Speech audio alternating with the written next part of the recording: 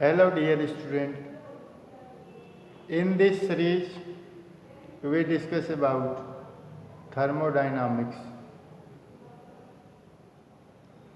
6th chapter है class 11th का और थर्मोडायनामिक्स में हम generally various form of energy and their interconversions की स्टडी करते हैं। तो what is thermodynamics?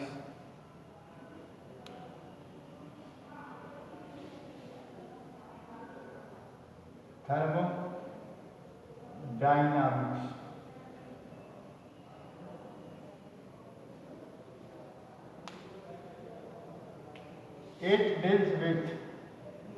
it deals of various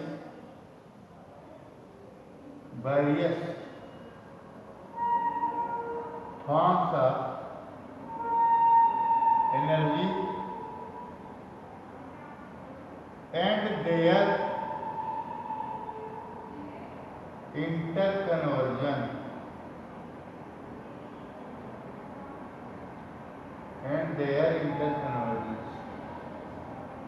thermodynamics में डिफरेंट फॉर्म ऑफ एनर्जी और उनके इंटरकन्वर्जेंस की स्टडी करते हैं।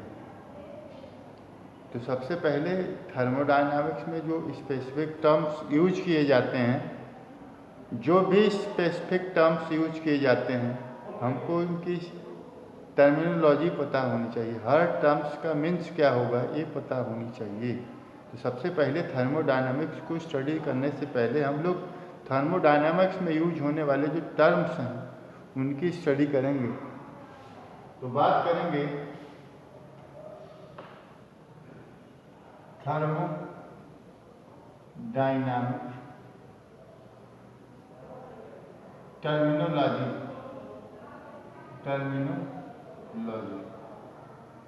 तो सबसे ही पहले आता है system.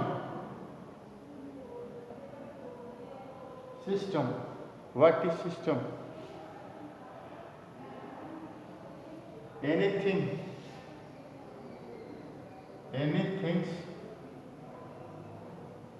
which is real in the universe is called system। कुछ भी सिस्टम कुछ भी मान सकते हैं। यूनिवर्स में कुछ भी पड़ा हुआ मटेरियल है सिस्टम। अब सराउंडिंग की बात करें, व्हाट इज सराउंडिंग?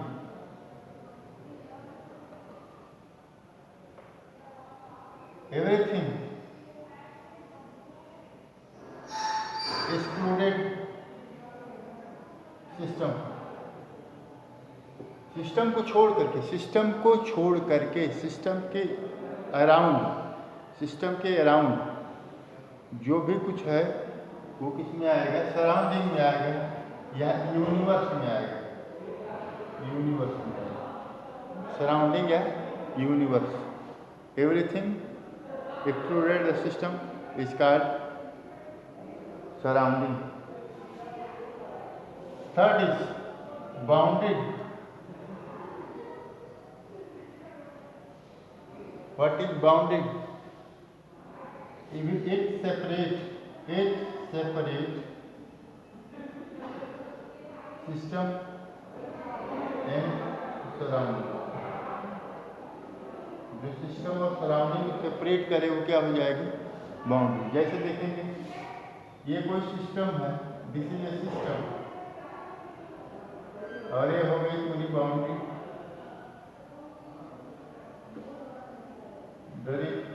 और ये पूरा सिस्टम ये सिस्टम के अराउंड जो भी कुछ है क्या है?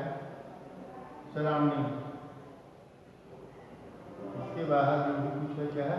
ये सारा सराउंडिंग। सिस्टम के एक्सटर्नल साइड में जो भी कुछ है वो surrounding.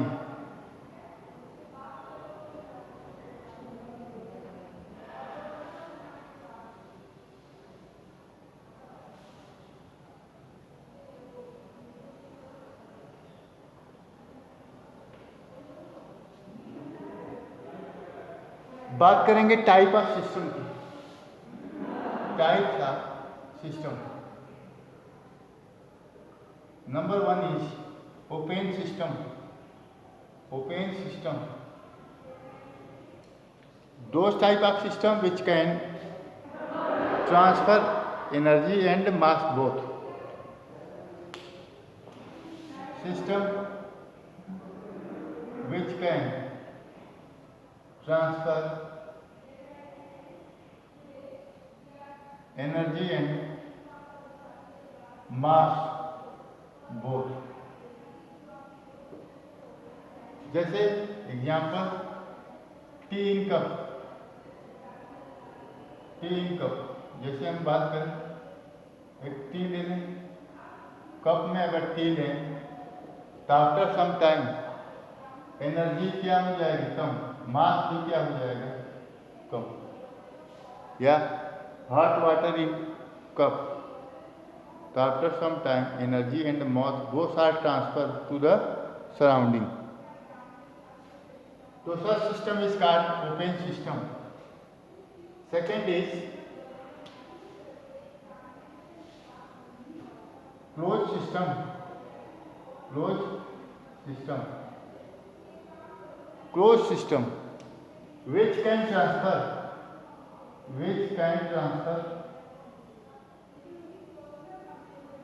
only energy, not mass. Only energy, not mass. Such type of system is called closed system. Example: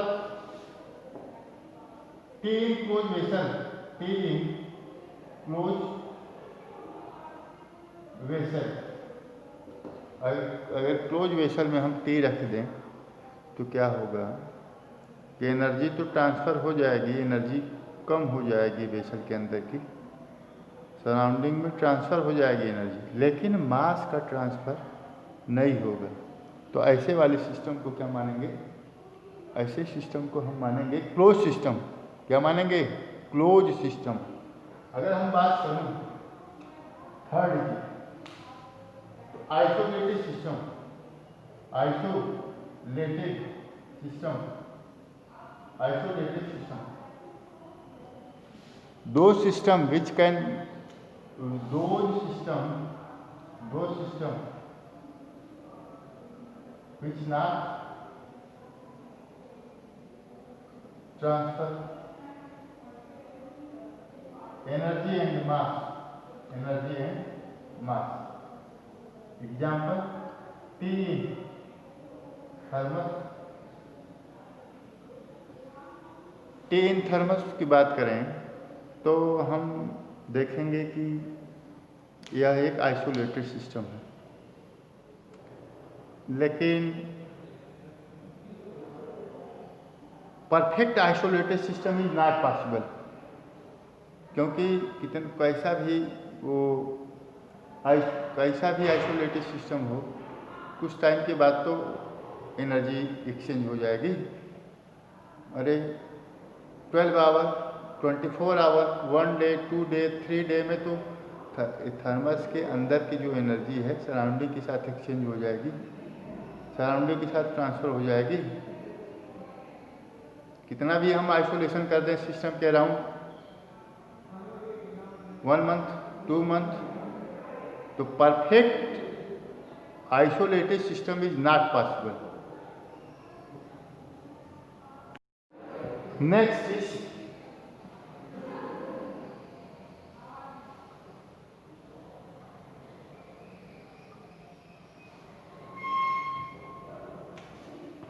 thermodynamic variables.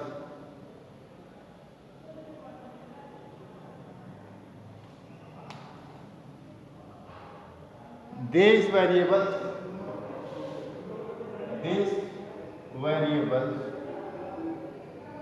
can define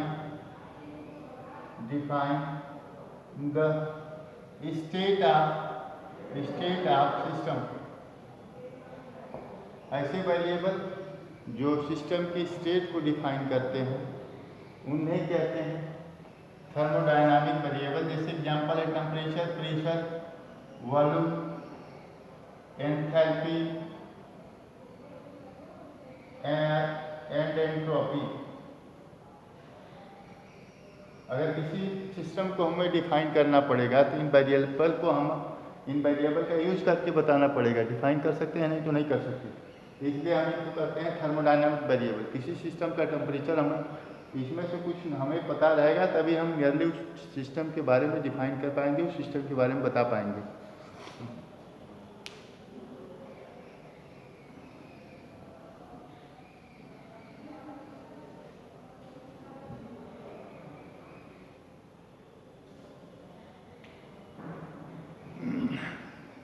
intensive property,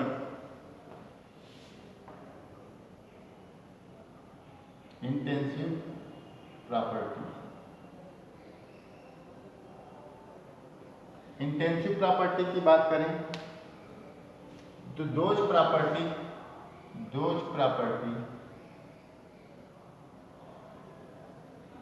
which independent over the mass of the system, जो property system के मास पे depend नहीं करती हो, independent होती हैं, उसे कहते हैं इंटेंसिव प्रॉपर्टी। उसे कहते हैं इंटेंसिव प्रॉपर्टी। अगर सिस्टम का मास चेंज करने पे जो प्रॉपर्टी चेंज ना हो, उन्हें कहते हैं इंटेंसिव प्रॉपर्टी।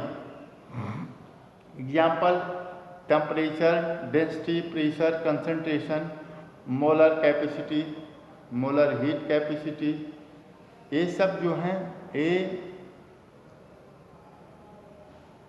इंटेंसिव प्रॉपर्टी है। टेम्परेचर, प्रेशर, डेंसिटी और heat capacity,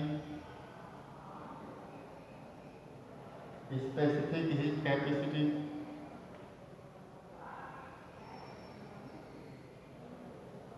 EMF of the system of the cell.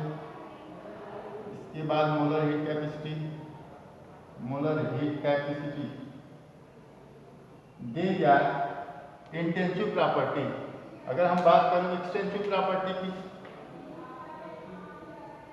Extensive property those property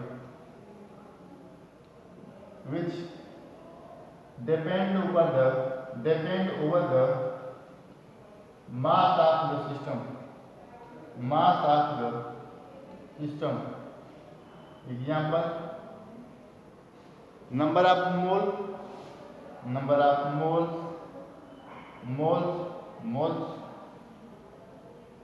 moles, enthalpy, entropy and Gibbs free energy change, Gibbs free energy change, Gibbs free energy change, Gibbs free energy change, Gibbs free energy change, ये भी क्या होती है? Extensive property होती है।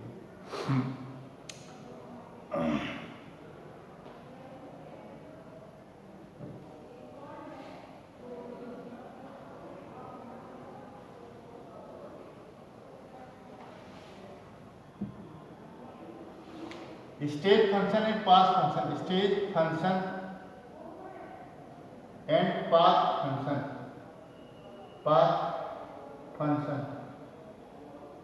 State function and path function. हम पहले ही देखेंगे कि स्टेट फंक्शन क्या होता है। State function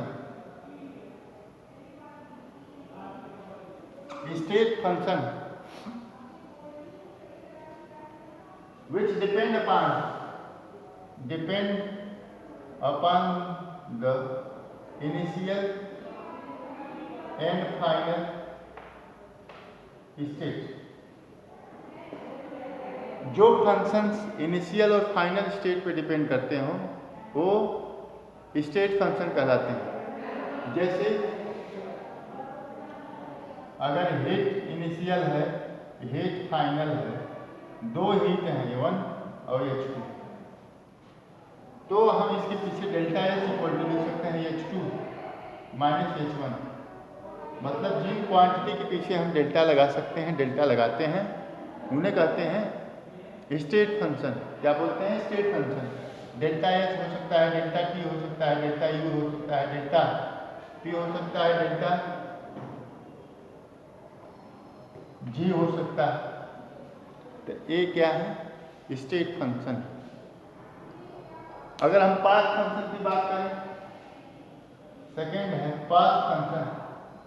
path function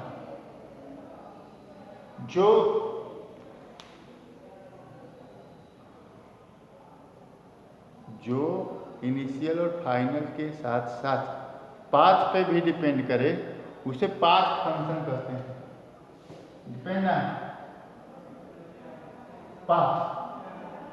example heat and work, heat and work, these our path function. These our path function. आपको याद रखना है कौन पाथ फंक्शन होता है और कौन पाथ फंक्शन और कौन स्टेट फंक्शन होता है। आपको ये याद रखना पड़ेगा।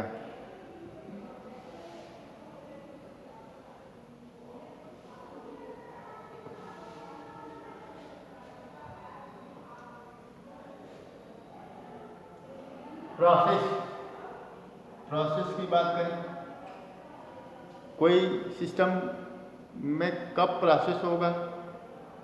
If any one thermodynamic variable change होता है। जैसे ये प्रेशर है, प्रेशर टेम्परेचर और वॉल्यूम। अगर प्रेशर को कांस्टेंट कर दें, हम वॉल्यूम को कांस्टेंट कर लें और प्रेशर को चेंज करें, तो क्या होगा कि एक पोजीशन से दो पोजीशन, सेकेंड पोजीशन है, तो प्रेशर को चेंज करेंगे, वॉल्यूम कांस्टेंट है, तो क्या होगा कि जो प्रेशर या सपोज करिए P1 है, यहाँ पे P2 है, तो प्रेशर P1 से लेकर के P2 तक पहुँच जाएगा। तो जो भी सिस्टम होगा, उस सिस्टम के अंदर एक ऐसा सिस्टम के अंदर चेंज होगा, क्योंकि सिस्टम P1 से लेकर P2 तक पहुंच गया, प्रेशर चेंज हुआ है, तो सिस्टम के अंदर प्रोसेस कराई गई है। तो कम से कम एक वेरिएबल को अगर चेंज कर देंगे तो सिस्टम के अंदर प्रोसेस हो जाएगी, उसे कहेंगे प्रोसेस। क्या बोलेंगे? प्रोसेस। तो if any one of the thermodynamic variable change, then system suffer a process.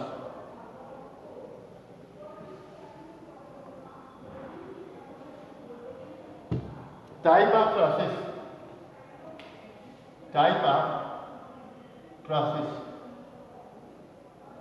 Isothermal process. First is isothermal process. तो अगर हम बात करें कि ड्यूरिंग द प्रोसेस टेम्परेचर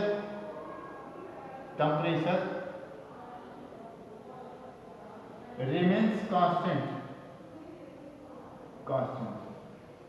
ऐसा क्यों हुआ? क्योंकि आइसो मतलब सेम रखना है, क्या थर्मल मतलब टेम्परेचर है, सेम टेम्परेचर पूरे प्रोसेस के ड्यूरिंग। टेम्परेचर यदि सेम होगा मतलब जो वो इनिशियल टेम्परेचर होगा वही फाइनल टेम्परेचर होगा, तो उस केस में टेम्परेचर रिजल्टेंट का जो डिफरेंस होगा टेम्परेचर का 0 आएगा। तो ऐसे प्रोसेस जिसमें टेम्परेचर हमेशा पूरी प्रोसेस में क्या हो, कांस्टेंट हो, उसे कहते हैं आइसोथर्मल टेम्परेचर। उसे कहते हैं आइसोथर्मल टेम्परेचर। अगर हम बात करूं आइसोकोरिक